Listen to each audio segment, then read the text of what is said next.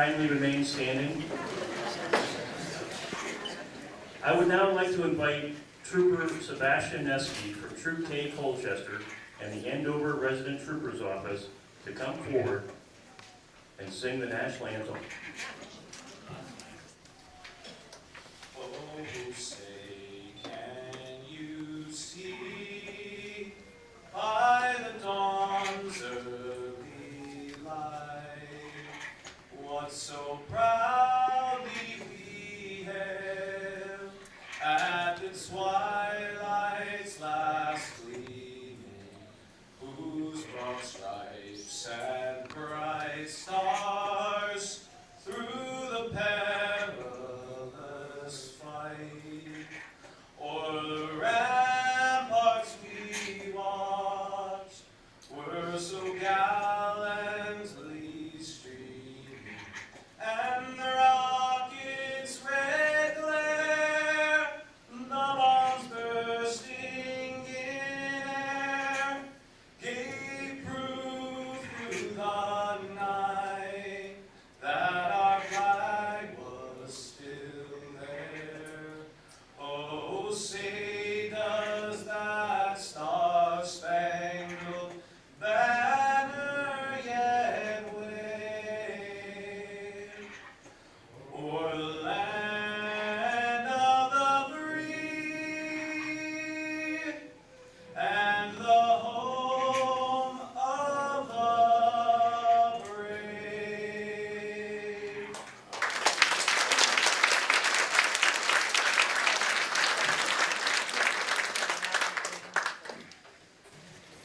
Thank you, Trooper.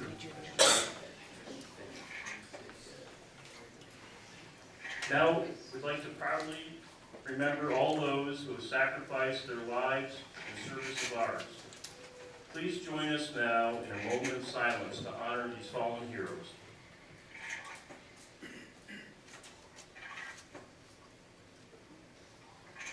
Please be seated.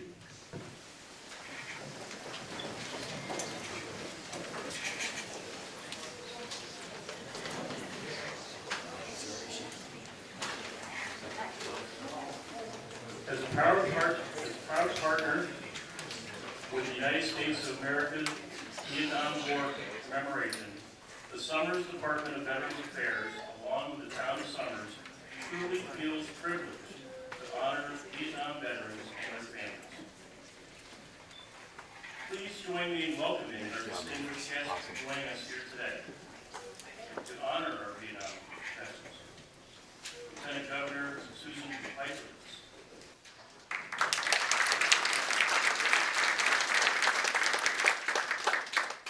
Department of Veterans Affairs Commissioner Thomas J. Sadi. State Senator, 7th District, John Kissel.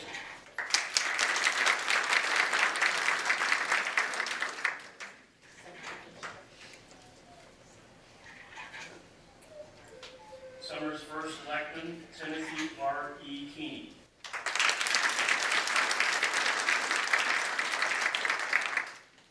Enfield Mayor Robert Casada.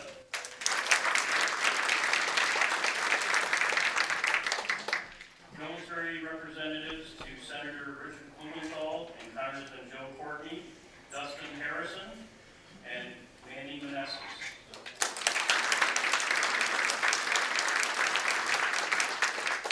Office of the Secretary of Defense, Command Sergeant Major Robert Jenks.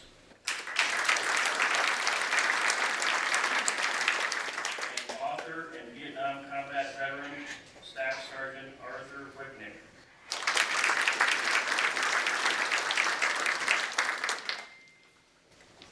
Thank you for joining us for this national commemoration. Please now welcome Summers Department of Veterans Affairs Deputy Director Sherry Marquis, a retired Persian Gulf War-era Navy veteran. She will share a few historical facts and uniqueness of the Commemoration Hotel tent. Sherry.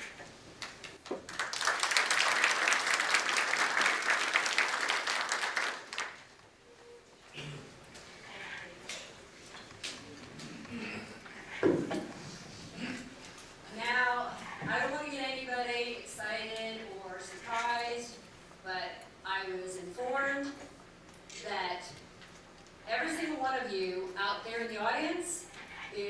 related to, or is a veteran.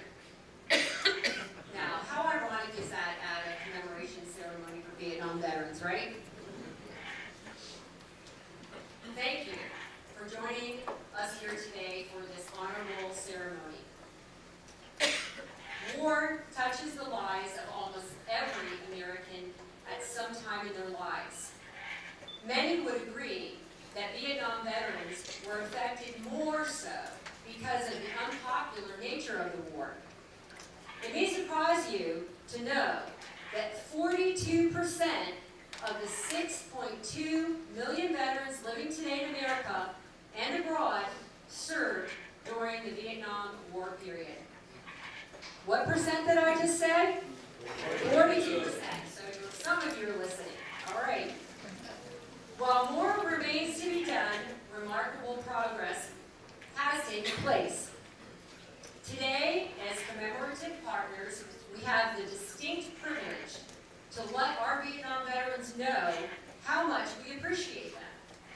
One of my favorite aspects of this ceremony is the honoring of our Vietnam veterans with the unique commemorative lapel pin, a lasting memento of the nation's gratitude. So when you see this, it's very special.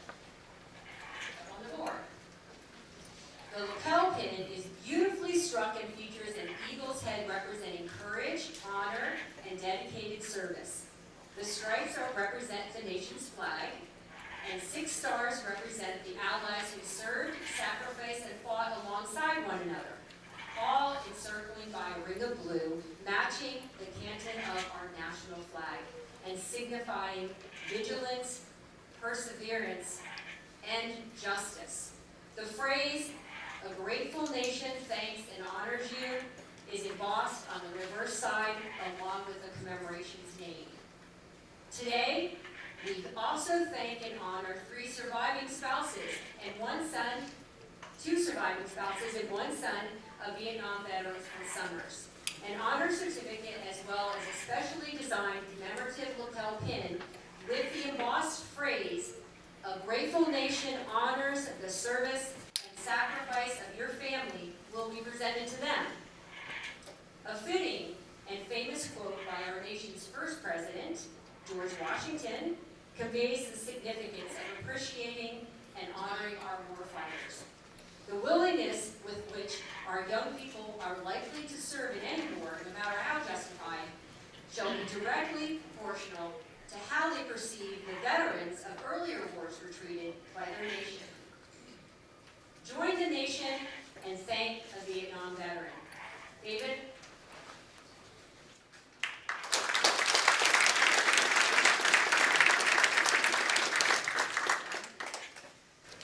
It's my great pleasure for me to introduce our host speaker today, the Town of Summers' first selectman, the Honorable Timothy R.E. Keeney, a United States Navy SEAL and Vietnam veteran.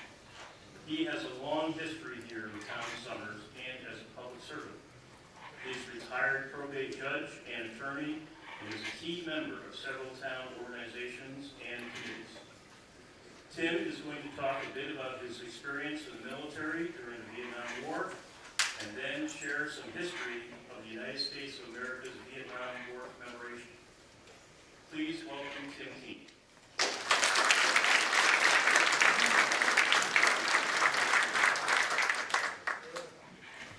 Thank you, David, for that introduction. It's my great privilege to host today's event on behalf of the Town of Summers. I'm sort of impressed with the turnout. I know it wasn't easy for some of you folks to get here. So congratulations for showing up. This is great.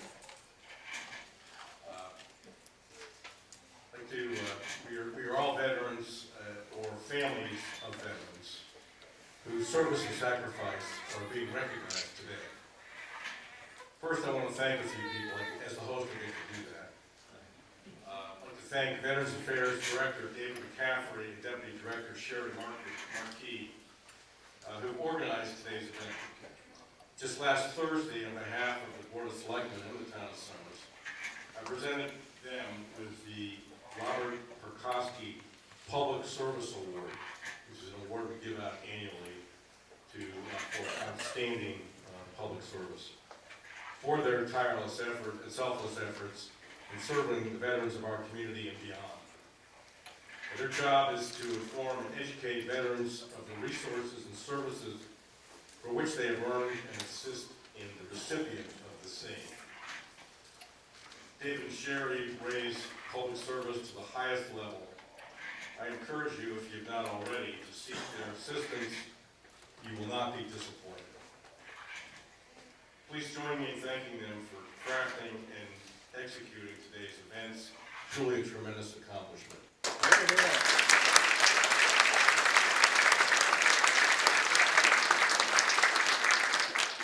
also want to recognize our Lieutenant Governor Boswitz and other officials already mentioned by David.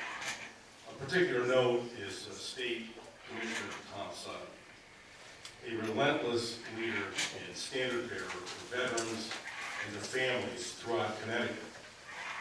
This past Friday, Commissioner Sadi, hosted the annual Veterans Affairs stand-down in 5 separate communities throughout the state. That would be Rocky Hill, Bristol, Bridgeport, Danbury, and Norwich.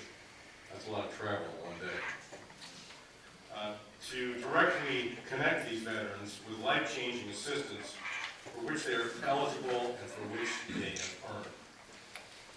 Such things as legal assistance, employment programs, medical screening, educational programs, and vaccinations. Thank you, Commissioner Sadi, for your outstanding leadership.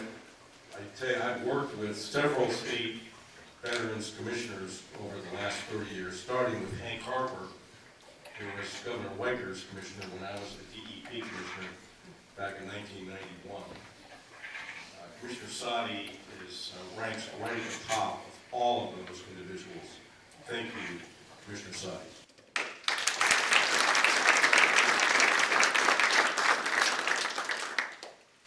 I mentioned I was privileged to be here today.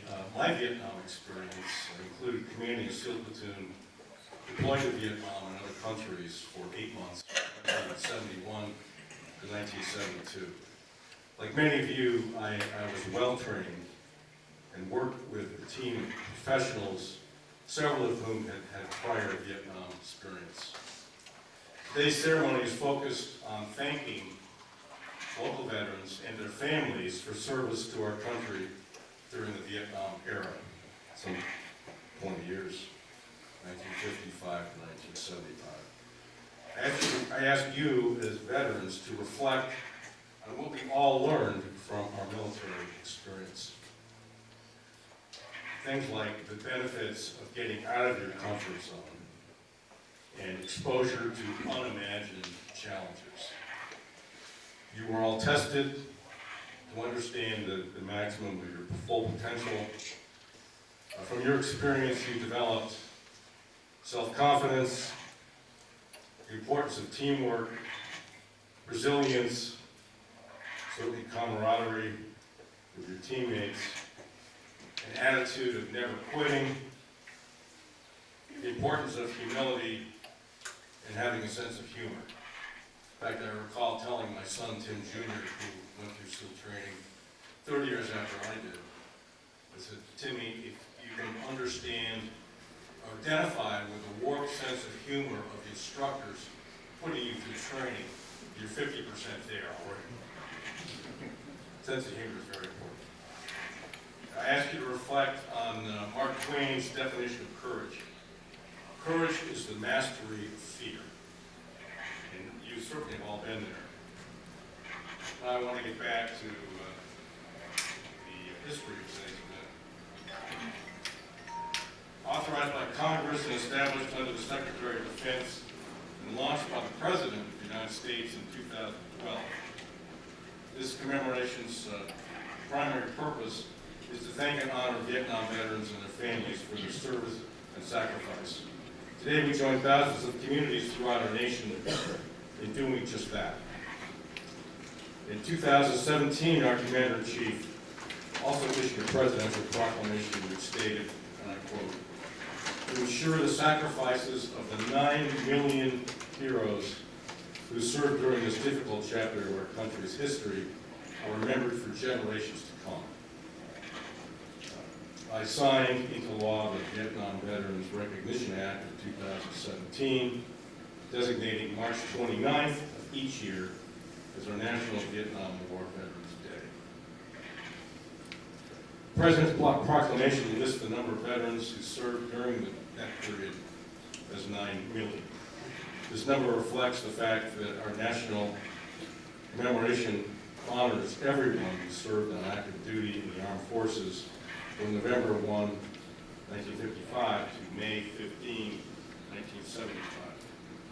No distinction is being made between the veterans who served in country, in theater, or were stationed elsewhere during the Vietnam period. The President's proclamation honors all those who were called to serve as none could self-determine where they were stationed, and all were seen in the same way by a country that could not separate the war from the warrior.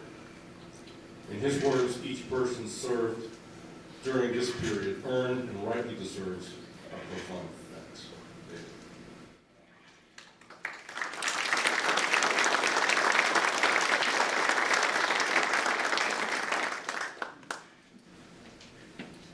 Thank you, Tim. It is now my pleasure to introduce Lieutenant Governor Susan Bysiewicz. She continues to show her support for our military veterans by traveling around the state to give those who served recognition they deserved but never received. Please welcome Lieutenant Governor Bysiewicz.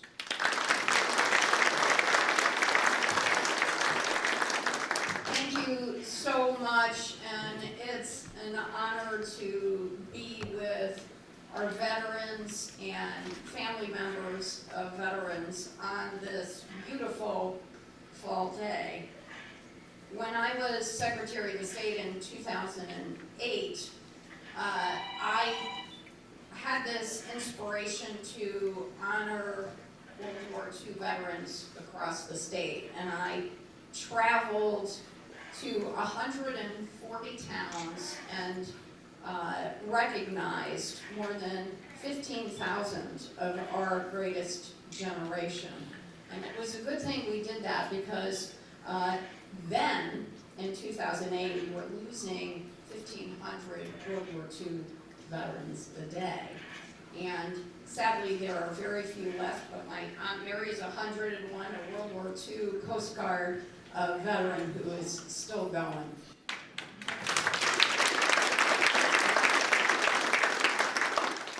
And along the way, I had the opportunity to meet people who also served in Korea. They served in both wars, in World War II and Korea, and remarkably some in Vietnam as well, if you can imagine that.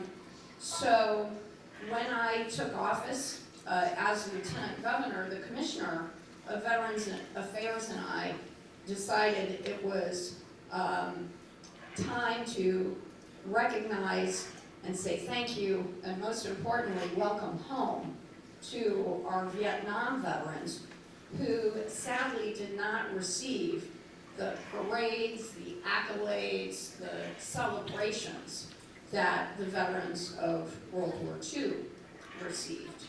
And in fact, it wasn't just that you were not celebrated when you returned home, because Vietnam was such a complicated war and such an unpopular war. Some of you may have faced all kinds of unpleasant receptions when you returned home.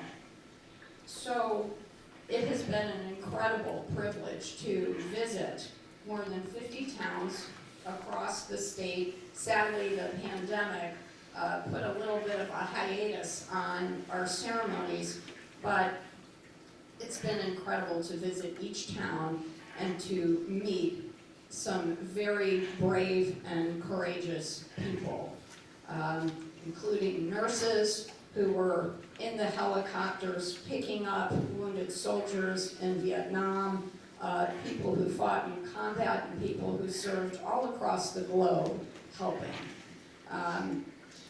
When we went to Enfield and visited with Mayor Crissati, I was reminded what a patriotic part of the state this is, because there were so many veterans of Vietnam in Enfield. We had to have 2 ceremonies, both of which filled up the high school auditorium at Enfield High School. So I feel so privileged today to join you and Summers to say thank you and welcome home. We should remember the 58,000 people who did not return home and whose names are on that beautiful memorial in Washington, D.C.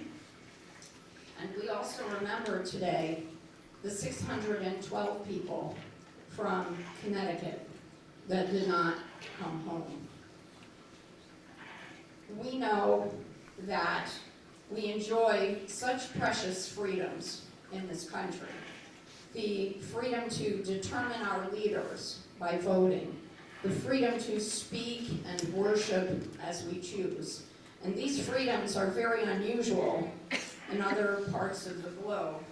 And we enjoy them because you put your lives on the line for us.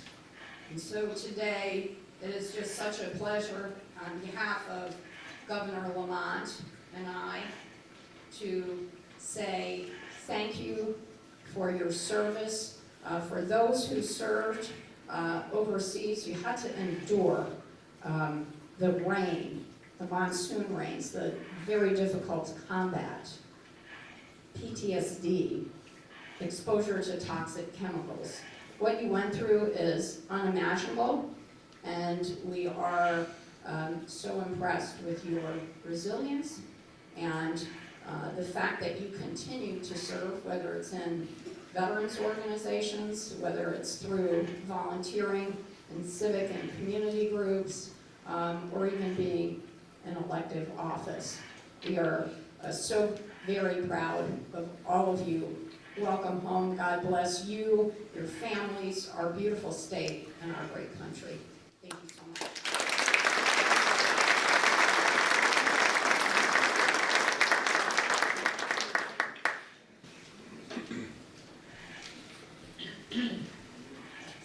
Thank you for such a thoughtful tribute to our veterans and for your continual work in recognizing your service.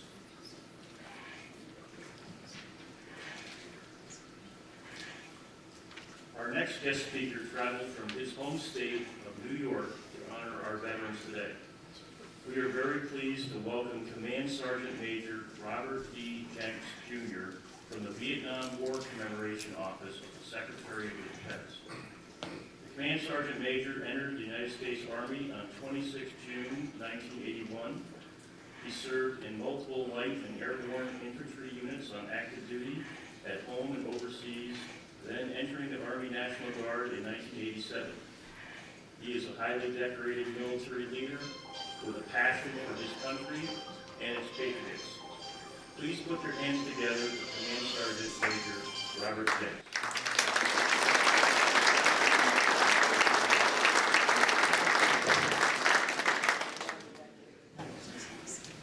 Make a couple of adjustments up here, but thank you very much, Sobers, for having me here today. On behalf of the Secretary of Defense, we are humbled to be here to honor these Vietnam veterans. I'd also like to thank all the partner agencies that help us recognize these Vietnam veterans across the nation. We would not be able to get the job done without you. This is a privilege for me to be part of this special event. To all our many veterans, thank you is an incredible understatement. There are no words to describe what your service and sacrifice means, so I'll leave it at that.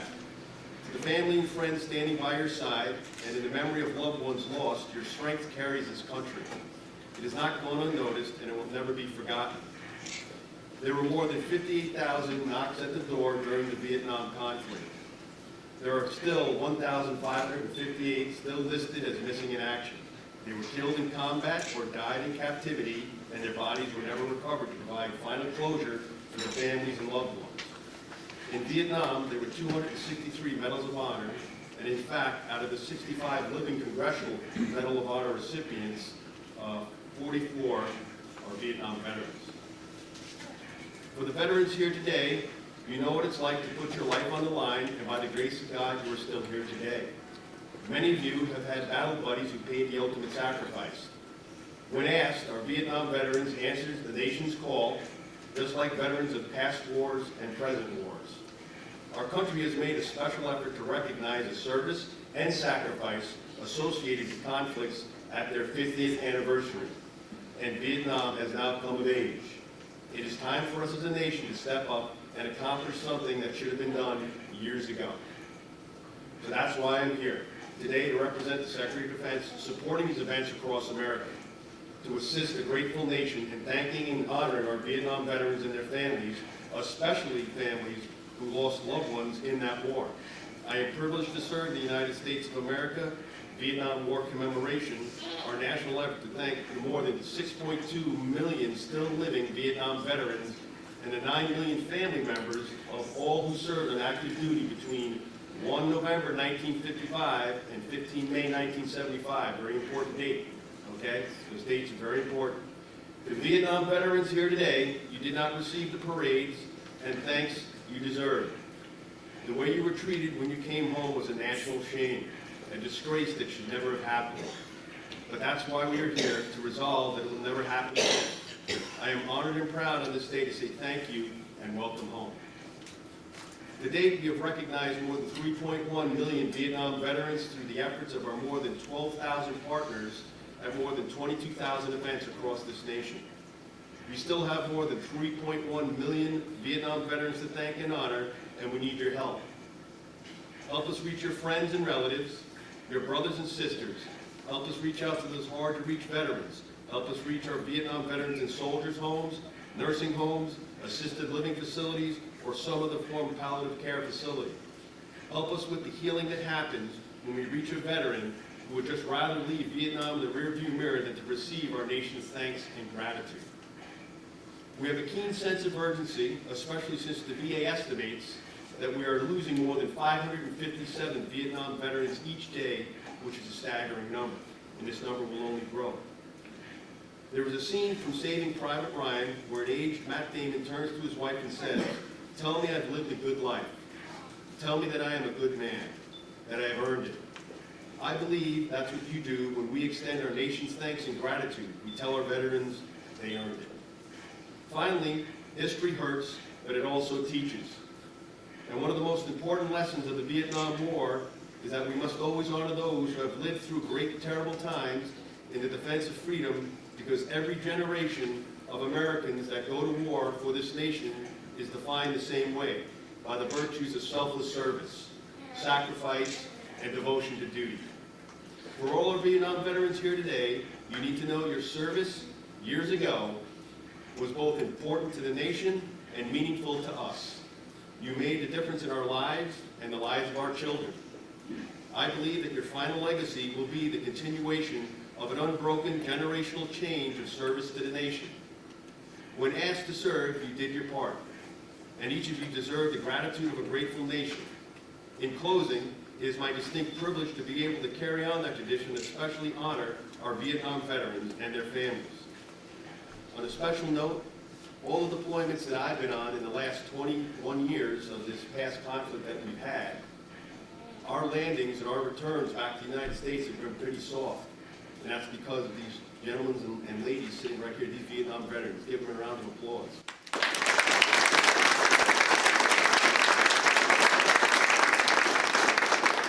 They made sure my homecoming was a special homecoming. And they did not receive that, but they made sure I received that, and all of our soldiers, sailors, airmen, and Marines, and Coast Guardsmen that came home from this conflict had a welcoming home from these veterans right here.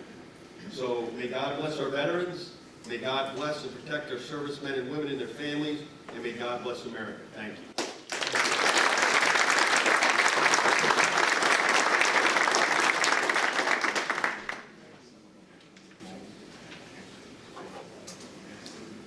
Thank you, Command Sergeant Major James.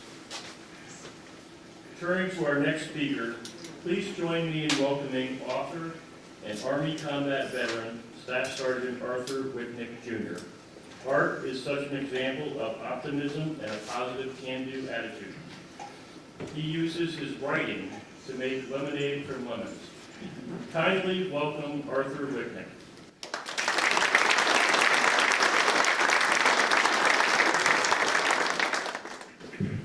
Thanks, everyone. Now, I was here a couple of weeks ago, so the story I'm going to tell you, you've probably heard before. It's called the Mickey Mouse Watch. Now, you're probably wondering, what does the Mickey Mouse Watch have to do with my Vietnam service? Well, I'm going to tell you. In 1968, I was drafted. I was working at Pratt & Whitney, had a great job. I bought a brand new Camaro. I had a girlfriend that I was crazy about, but all that was going to end, or at least be put on hold. So I go into the Army. And my girlfriend wrote to me like every day, almost every day. It was great. And that's what kept me going. So eventually I ended up in Vietnam. And when I'm over there, the letters just kept coming. They're very passionate, talking about getting married, having a family. We'll have kids. And we're just going to have a great life together. However, 6 months into that my tour, the letters stopped. So for about 3 or 4 weeks, I got nothing. And then I knew there was nothing wrong with the mail because I kept getting mail from my parents and my other friends. Finally, a letter appears, and I'm afraid to open it. It's got to be a Dear John. But it wasn't. It was probably worse. What it was she wrote at the end, but all the passion was gone. It sounded like a homework assignment. So I kind of knew that, being home alone, she was 18 years old, I was 20 years old, and, she had more to do than sit around and wait for me every day, so she apparently found someone, and she did. But she kept writing, not as much, maybe once a week, no more passion, no more love, just, how's it going? It snowed here today, blah, blah, blah. I didn't care, that didn't help. So, at that time, it was probably the lowest point in my tour in Vietnam. I was miserable. The one person that kept me alive, that kept me going, I had lost her. So I was on the verge of giving up. So late one night, one of my platoon members wakes me up. Hey, Sergeant Wicknick, it's time for your guard. Here, take my watch. So and we all had luminous watches, so you can see in the dark, and you know when to wake up the next guy. But what he handed me was a Mickey Mouse pocket watch, probably this big, or seemed that big, that glowed in the dark. So I'm looking at that watch. I see Mickey Mouse's red pants, his yellow shoes, his white hands going around. And I'm thinking, wow, this is really cool. Everything we see out here is either green from the vegetation or muddy brown. You don't see colors in Vietnam, and not out in the jungle. So I'm looking at that watch. Hell, for all I know, I just kept staring at it. For all I know, the enemy could have been jumping around in front of me. I didn't pay much attention to that. But that watch intrigued me. I'm looking at it, and I remember when I was a kid, every day after school, I'd come home and I'd watch the Mickey Mouse Club. And it kind of put me in another world for a little while when it was on TV. And then I started thinking about the neighborhood that I grew up in. We had a little skating pond. And every winter, all the kids in the neighborhood would clean off the pond and we'd ice skate. In the summertime, there was hay fields and we'd play softball. Heck, I even thought about my father yelling at me, and I missed that. So then suddenly something magical happened, as if Mickey Mouse was looking at me and talking to me and saying, you know what, you're going to make it. Things are going to be okay. You're going to survive. And believe it or not, I believe that stupid watch. So then something happened that I just felt great. I couldn't believe it, that little watch made me actually feel good. So when I came home, one of the first things I did was go out and buy a Mickey Mouse watch. And I've worn one ever since.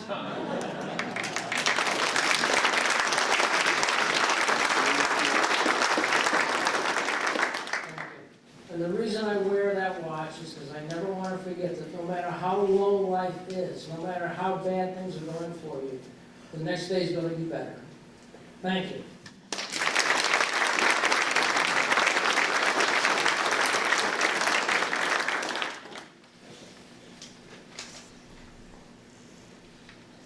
Thank you, Art. That was very memorable.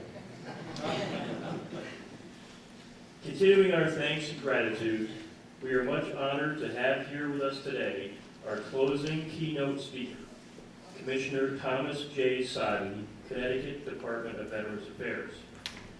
Commissioner Soddy is a lieutenant colonel in the United States Army Reserve and received his commission as a judge advocate in 2005. Completed officer basic training in 2006, officer advanced training in 2014, and Command and General Staff College in 2016. He is our leadership for the Summers Department of Veterans Affairs and has been a staunch supporter of our office and the veterans in our area and throughout the state. Thank you for taking part in the ceremony with us today, Commissioner Soddy.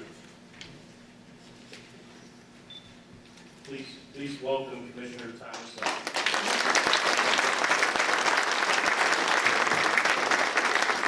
Thank you, Dave, for the introduction, for your service to our nation, and continued service to your brother and sister veterans.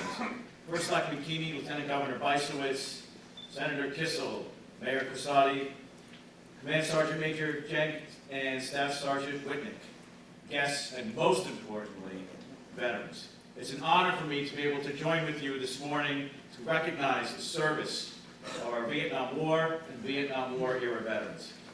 It's humbling for me to serve as Commissioner of the Connecticut Department of Veterans Affairs because I lead the agency with a mission of serving those who served.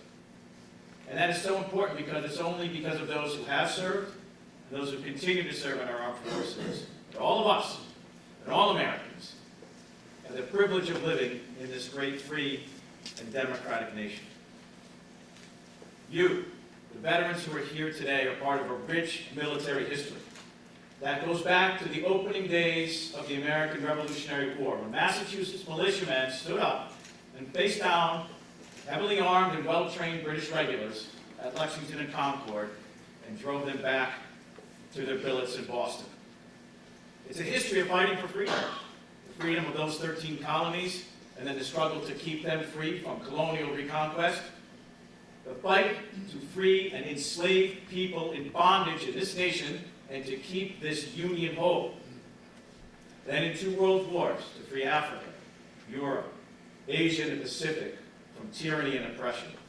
In Korea and in Vietnam, aiding the desperate people in the struggle against communist aggression. Since Vietnam, Americans have deployed under arms to dozens of troubled spots in combat, security, stability, and humanitarian operations. Courageous Americans of every generation have stepped forward to fight for freedom when called upon and did their duty, as you did, with honor. And for nearly 2.5 centuries, it is that flag, and no other flag, north or south, that stands for this nation. The stars and stripes are not just colors on a piece of cloth. They represent the essence of the freedom and democracy which you and your comrades served to protect, whether in country or overseas. Your service, that of your comrades, some of them making that ultimate sacrifice, allow us to all live in this country. Something we must ensure this nation never forgets. I know you have not forgotten because you lived it.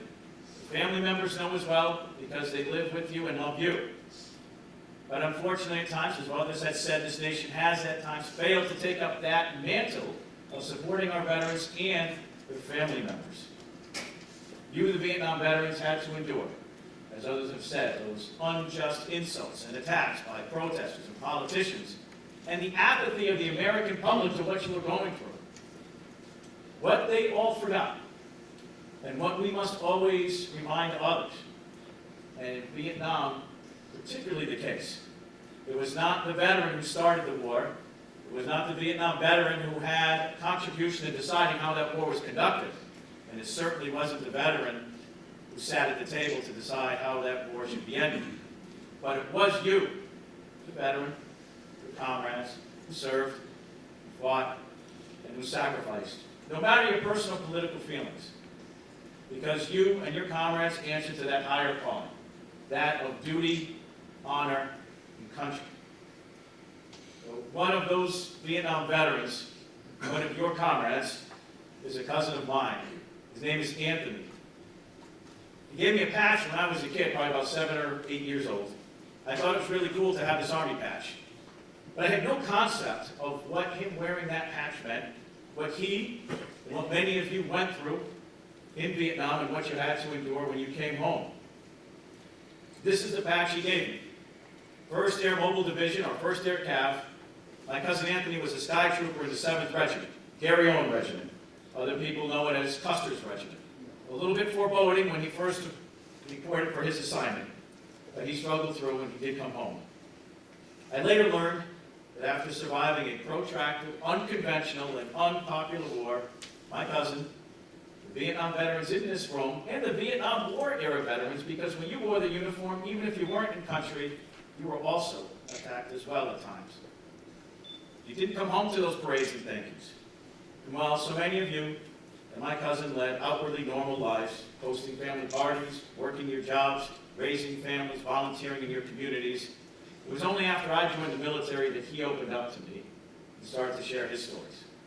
Talk about the PTSD, the triggers, the nightmares, the chronic diseases that he and many of you carry in your bodies. This is the case for so many of you who return home with those visible and invisible wounds of war, who had to wait years, if not decades, and still waiting at times for recognition and treatment for the full scope of your service. I keep this patch in my office as a reminder of my obligation, not just to you, our Vietnam and Vietnam War era veterans, but to all veterans, that no matter what we feel about our nation's response to a geopolitical problem, no matter what we feel about a war, whether we believe it's right or wrong, we must put aside those personal feelings as a nation and always come together to support our veterans, our service members, and their families. To all who served, I thank you for your service. I thank your family members, friends, and loved ones who are here today because they served with you and continue to do so. I have special thanks to Sherry Marquis and Dave McCaffrey for all that they do and the great partnership with my agency, the Department of Veterans Affairs. I want to thank Senator Kissel and his colleagues for their support, and Senator for supporting legislation personally and professionally that advances the cause of our veterans. To our Vietnam veterans and Vietnam War veterans, thank you for your service. Whether you served in country or somewhere around the globe, you served to protect this nation and millions around the globe. Thank you for not losing faith with this nation, for standing up, as the Command Sergeant Major said, so that subsequent generations of veterans would get the recognition and support that they deserve, just as you should have gotten when you came home. So I thank you for your service, welcome you home, thank you for all you continue to do. May God bless you, the United States of America, and our armed forces. Thank you.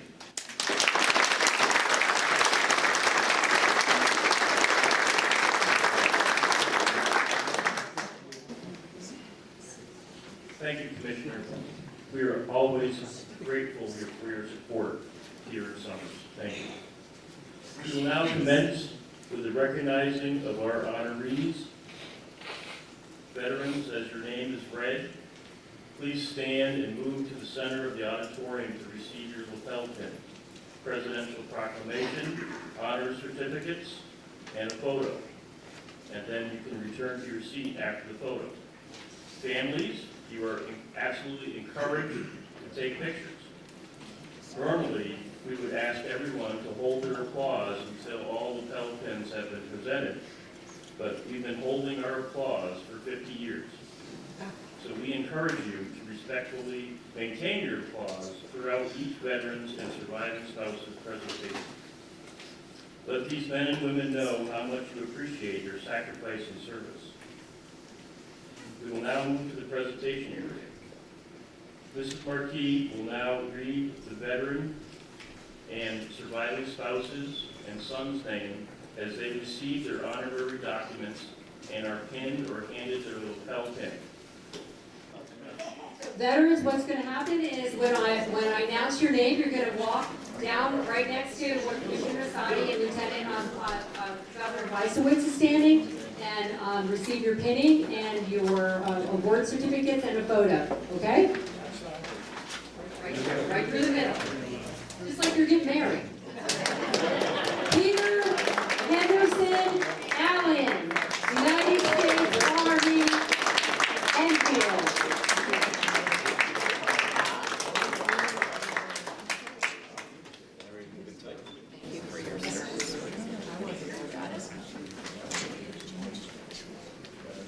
Thank you so much.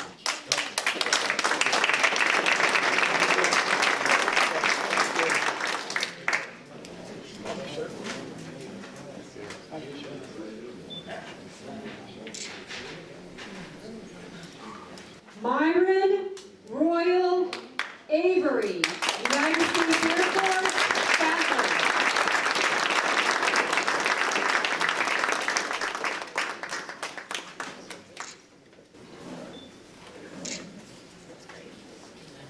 Straight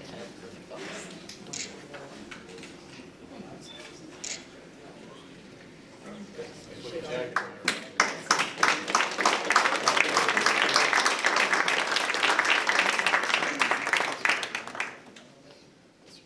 David Joseph Black, United States Air Force, Summers.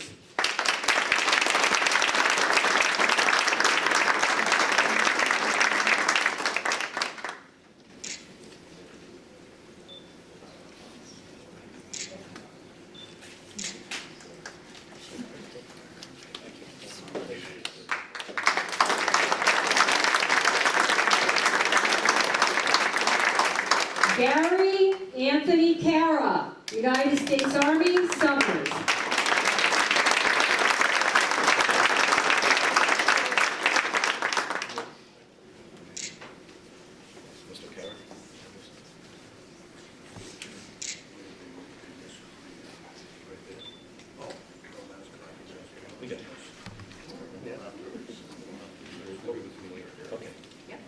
Okay, so you're right there.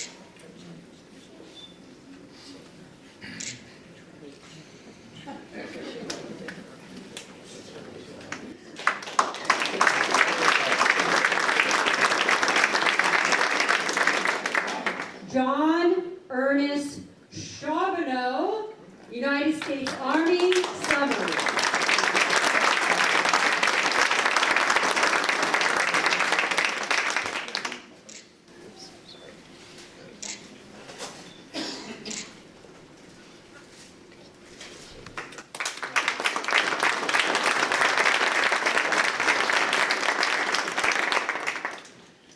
Ronald Joseph Dupre, United States Army, Summers.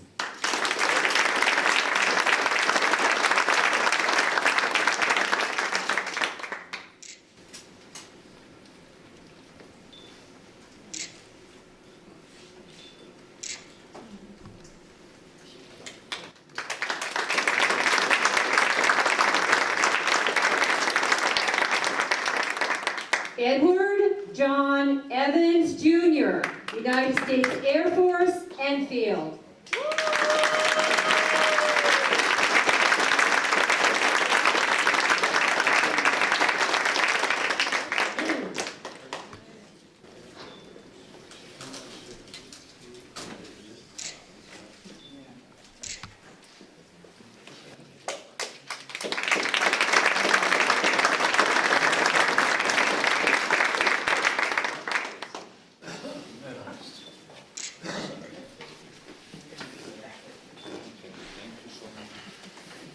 John Francis Gallagher, United States Army, Summers.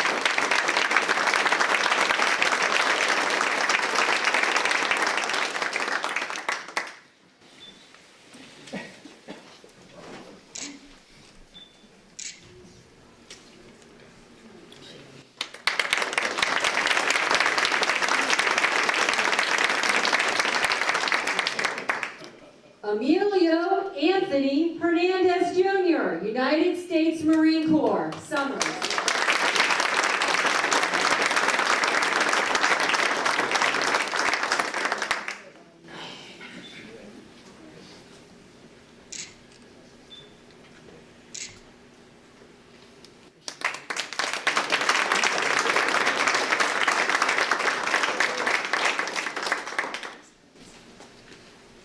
Ronald Renee Hurth Sr., United States Coast Guard, Summers.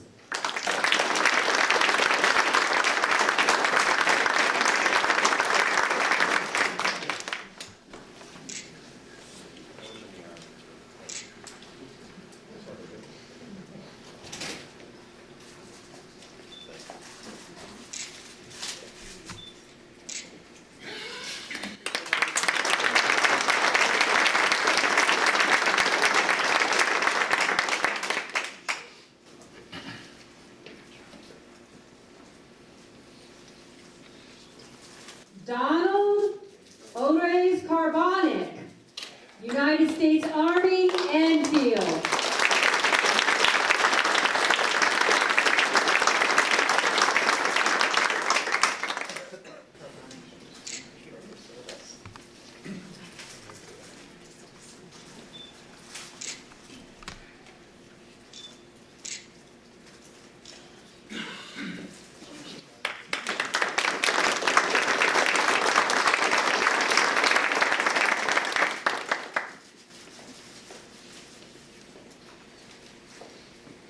Lawrence Robert LeVar, United States Navy, Enfield.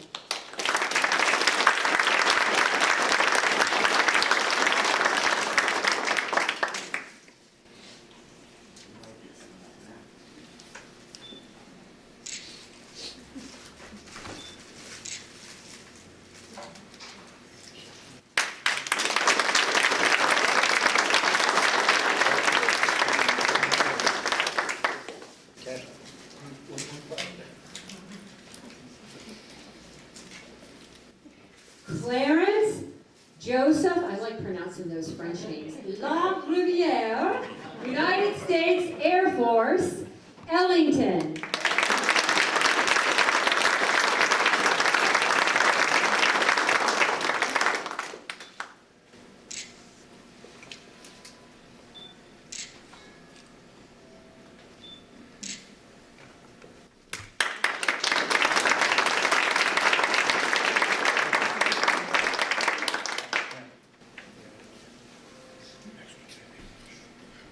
John Francis Manning, United States Navy, Enfield.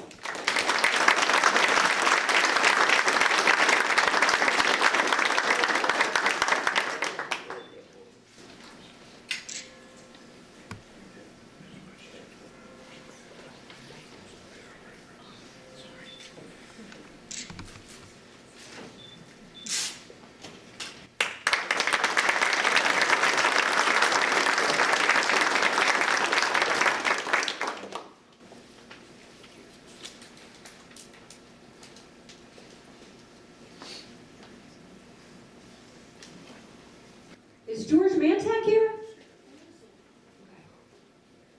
I see you over there, Bruce.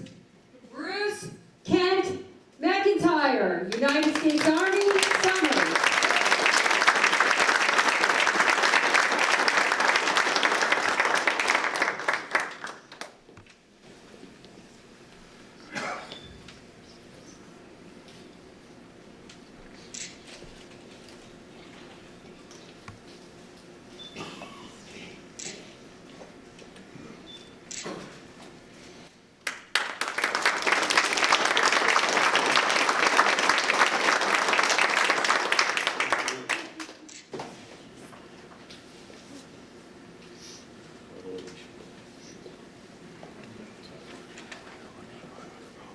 George, you ready?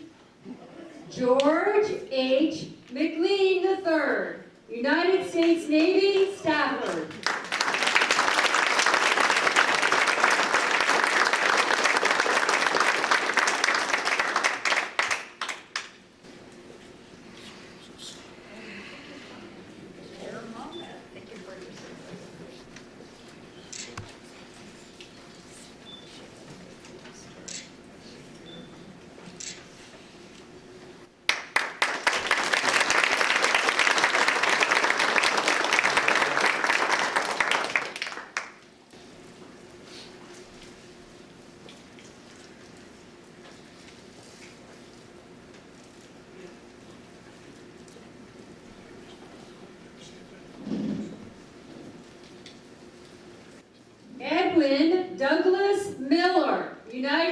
States Army, Summers.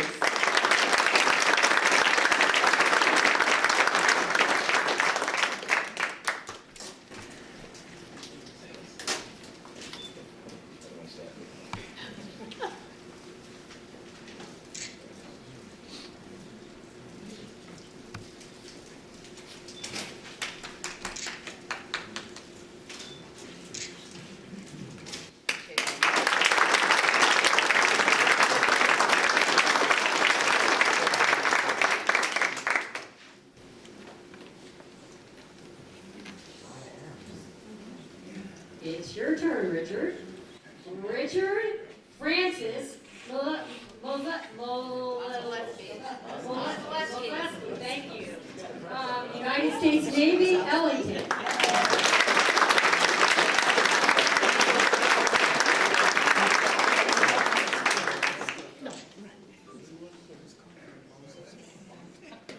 Okay. That's impressive. And I didn't draw any blood.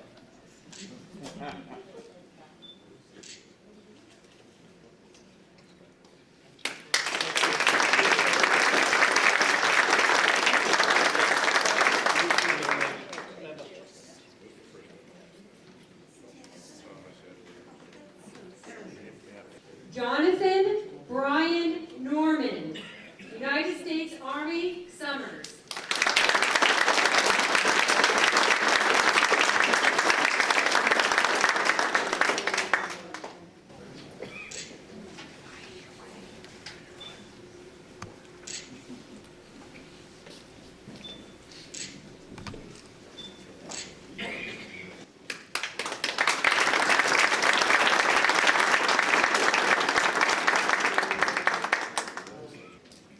David Gerald Norrie, United States Army, Summers.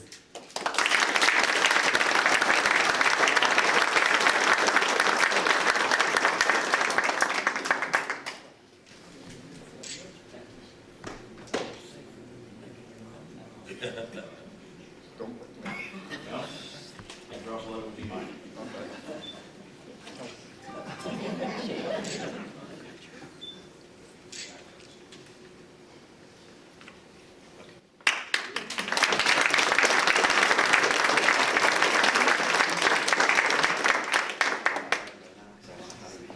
Rudy, you're up. Rhubarb Lorenzo Owen, United States Army, Ellington.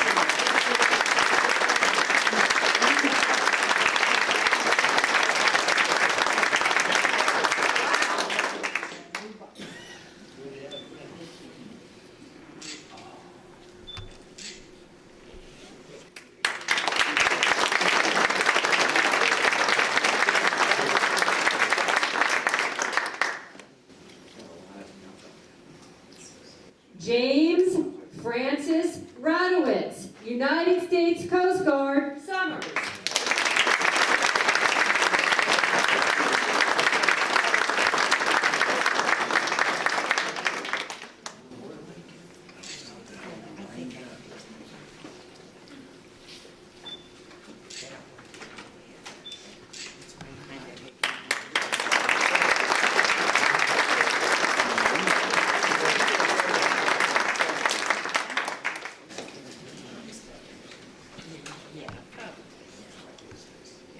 Paul Giovanni Rassid, United States Navy, Summers.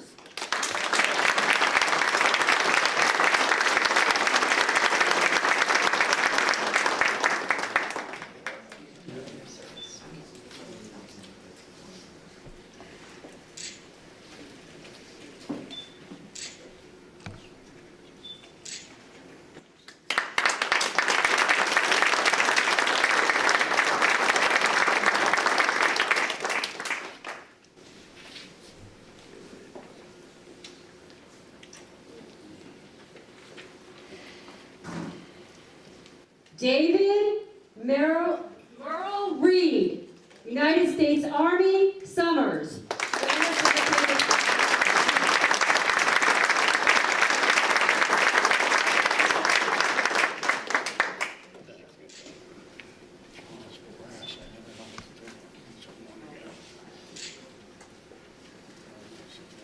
There you go.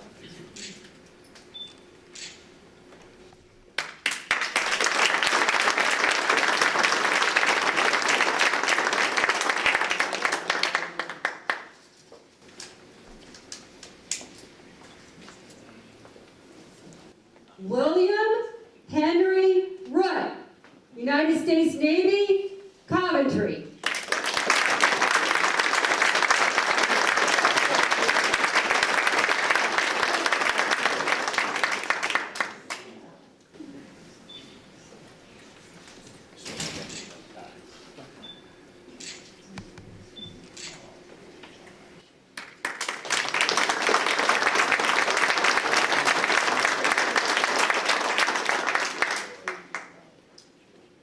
Joseph Ronald Roy, United States Coast Guard, Stafford.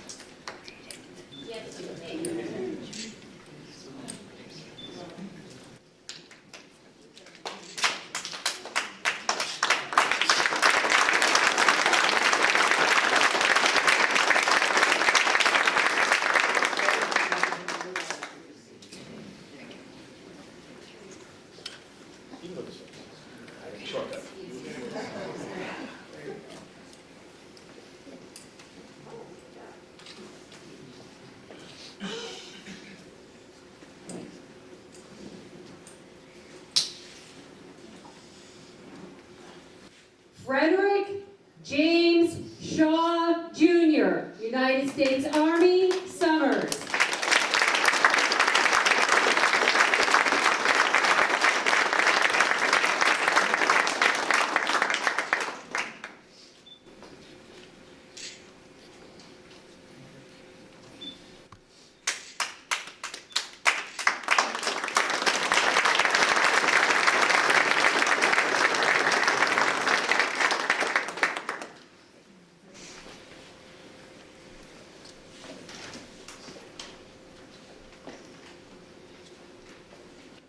George Martin Shaw, United States Marine Corps, Ellington.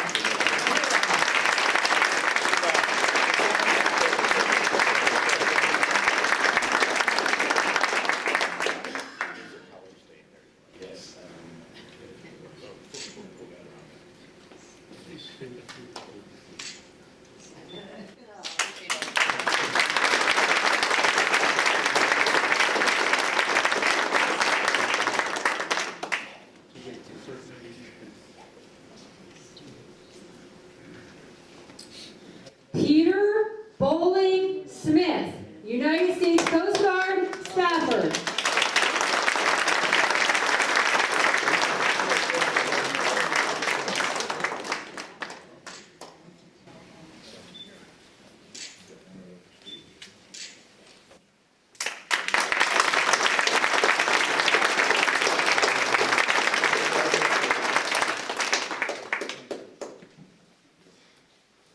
All right, so I'm going to tell you right now that I'm going to be partial to this next person because she is a shipmate and the only woman veteran here today.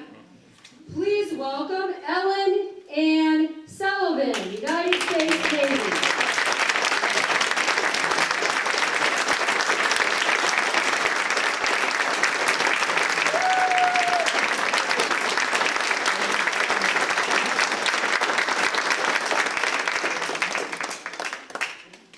Okay, Mom.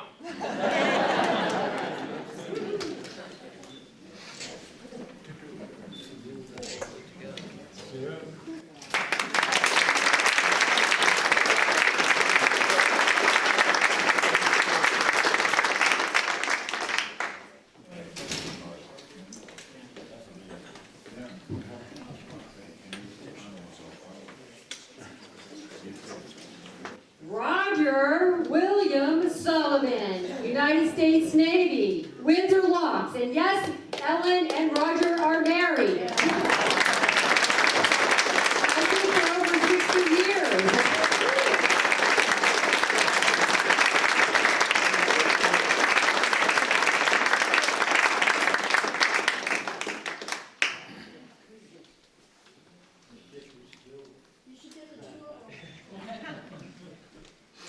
Ellen, do you want to go up and get a picture with your husband at the same time?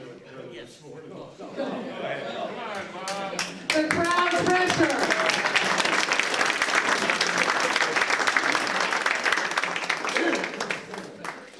That makes the picture better, right?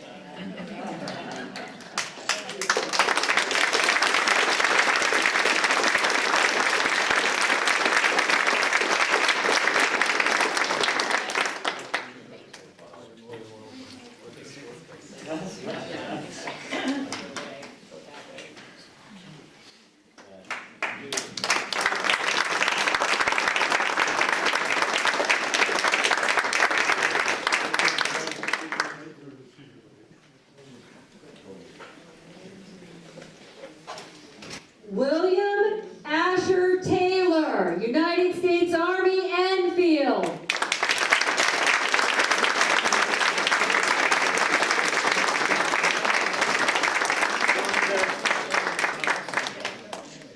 Thank you.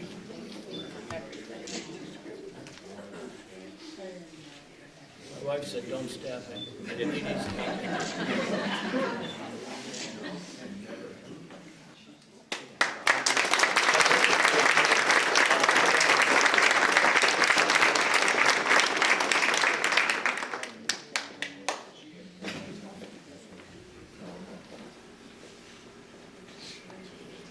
Paul Roger Thibodeau, United States Air Force, Summers.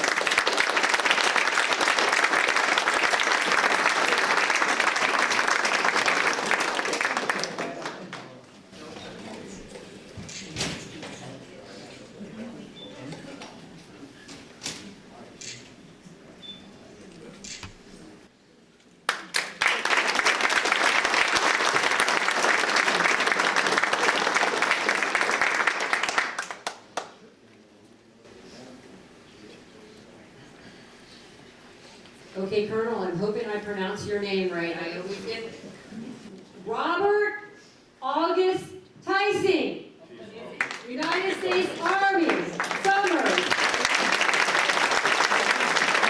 Teasing.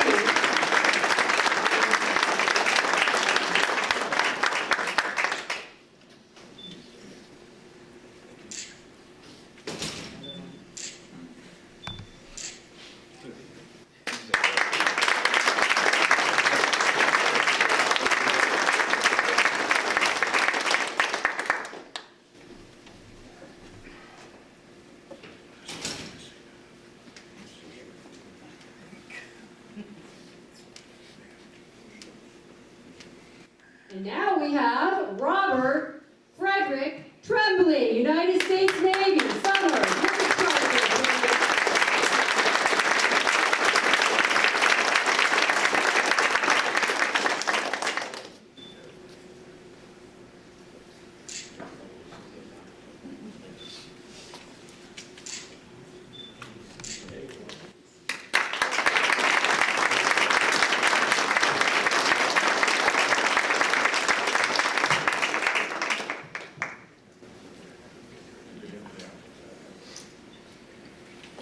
And now we have Kenneth Alton Usher, United States Army, East Windsor.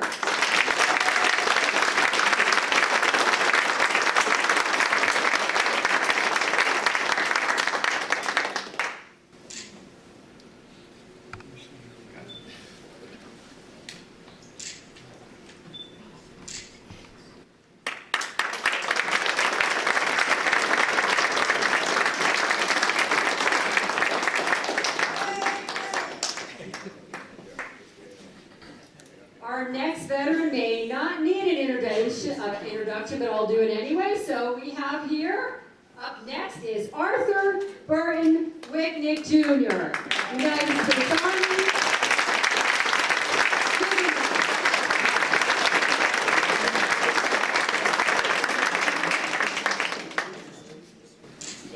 Congratulations. I don't want to do it anyway. We're retired, so we can't use the UCMJ.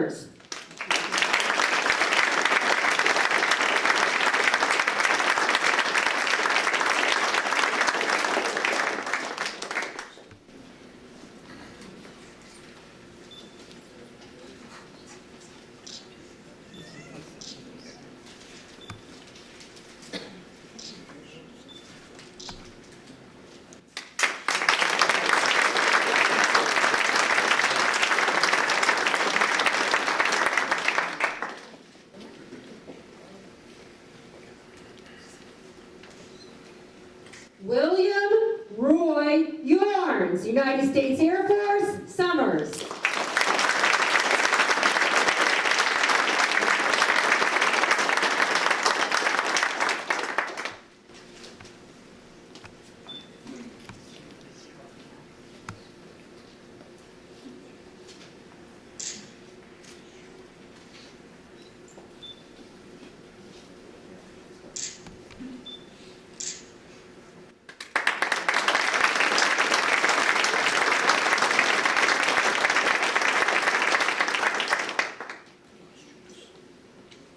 This next group of folks, we have 3 here today that were honored with that special group. They're family members who lost either their husband, who's a veteran, or their father. And I can tell you, I know I get pretty cranky sometimes. We can get pretty difficult to deal with, and so our family, our members are important to us, and they love us, and these folks lost someone that they love dearly, and so I know you all will have compassion for them. I'd like to bring to the forefront here Mrs. Patricia Carpe. Her husband, Joseph Paul Carpe, United States Army, Summers. Patricia,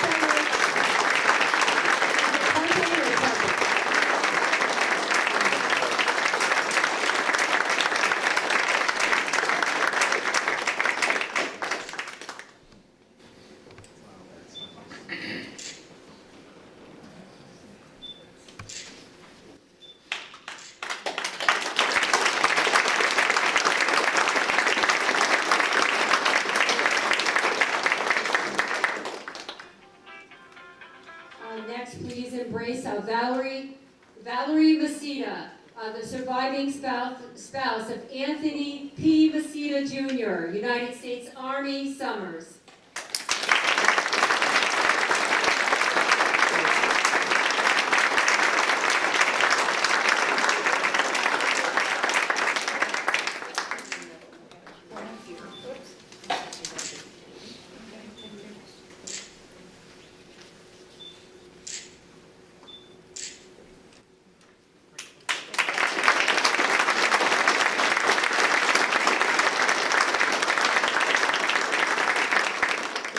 Next, we have Robert Sosha, a devoted son and a Navy brat. His father served as a captain in the United States Army, or the United States Navy. Albert Robert Sosha Jr., United States Navy, Summers.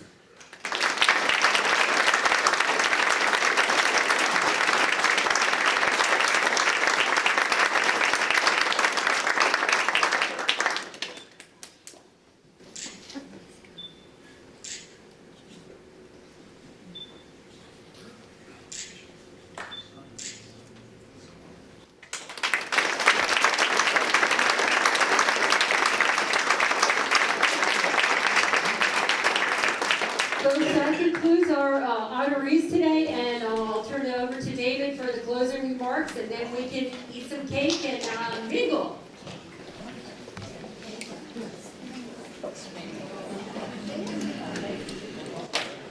Ladies and gentlemen, your heroes.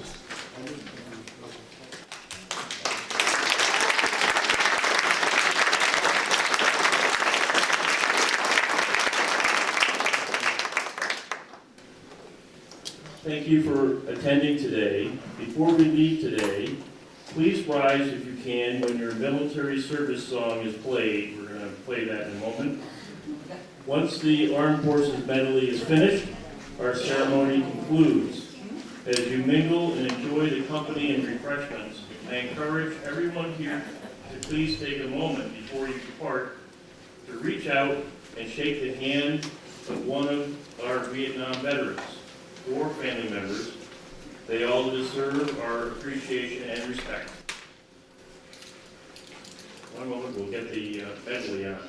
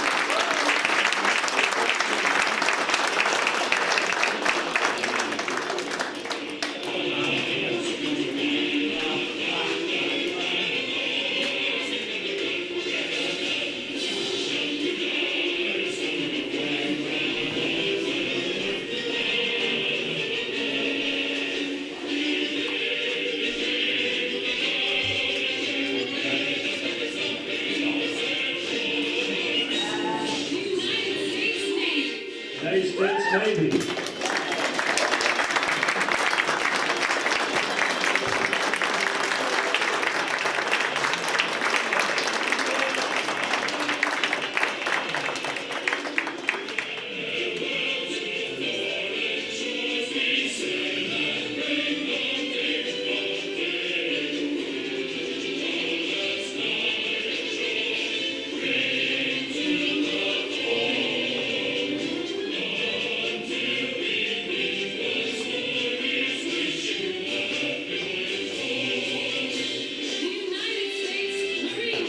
United States Marine Corps.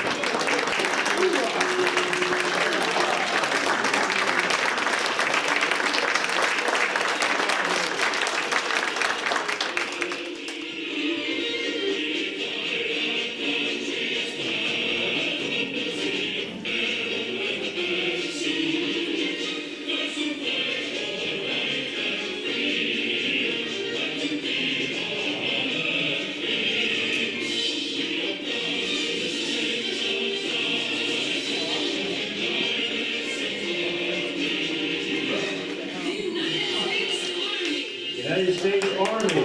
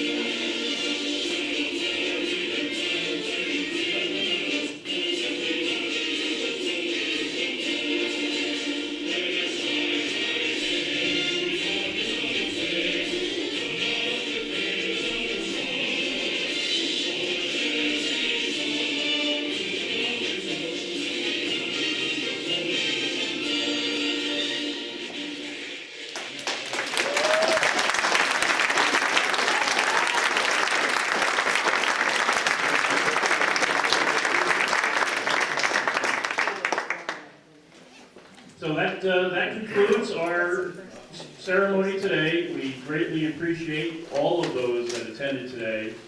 I think it was a great success, and we're happy to honor all the Vietnam veterans here today. So thank you so much. Please, we have refreshments in the back. We have a cake and lots of goodies back there, coffee, tea, and please mingle and socialize and talk to your fellow veterans and their families. Thank you so much again.